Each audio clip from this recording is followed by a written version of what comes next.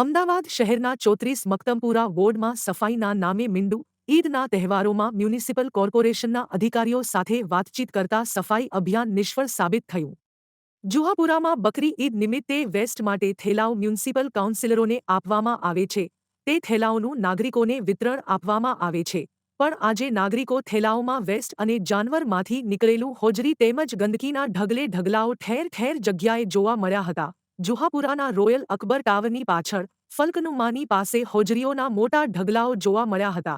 તેમજ મક્તમપુરા ઝોનલ ઓફિસની પાછળ મોટા ઢગલાઓ જોવા મળ્યા હતા તથા રસ્તા ઉપર હોજરીના થેલાઓ જોવા મળ્યા હતા.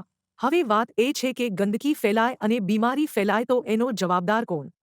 ખાસ કરીને જુહાપુરામાં લોકમુખે ચર્ચાતું 4 કાઉન્સેલર હોવા છતાં આજે વિસ્તારમાં ઠેર ઠેર જગ્યા ગંદકી જોવા મળી રહી છે. બકરી ઈદ જેવા તહેવારોમાં કાઉન્સિલરોએ પહેલાથી જ પાણી અને કચરા માટેની વ્યવસ્થા કરાવી જોઈએ પણ આજે ચારે ચાર કાઉન્સિલરો નિષ્ફળ સાબિત થયા છે. ડી ન્યૂઝના કેમેરામાં મોટા માંસ હોજરીઓના ઢગલાઓ જોવા મળી રહ્યા છે. જુઓ મ્યુનિસિપલ કોર્પોરેશનની બેદરકારી.